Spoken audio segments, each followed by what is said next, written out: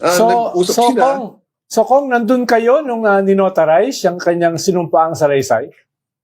Yun nga, noon na nangyari, nung kasi may meeting ako that night, sabi ko, mauuna ako. Umalis na si Senator Marcoleta na una.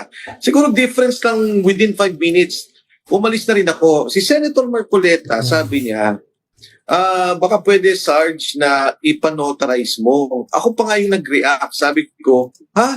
Ipapanotarize pa, ano naman yan, i-under oath yan sa Senado. Sabi niya, hindi, gusto ko mas maganda na prepared na maayos talaga, nakanotaryo. So si Sergeant Gutesa, ang mag-isang nagpunta sa notaryo. Siya yung talagang nagpunta doon, nagpanotaryo siya, tapos yun nga, kinabukasan, nagpunta na siya ng Senado. In fact, alam mo, maraming variables na pwedeng hindi matuloy eh. Nung tinawagan ko siya, pwede hindi siya nagpunta. Nung kinabukasan naman, nung nagpunta siya sa Senado, pwede namang hindi rin siya tumuloy. Pero nagpunta siya doon and sumumpa siya. Binanggit niya na nga yung salaysay niya based on what he told us. Hindi ko masabi na hindi pa yun yung kabuo na storya, pero marami siyang kwento doon sa mundo ni Saldico. Doon sa kinabibiglangan at iniikutan ng mundo ni Saldico.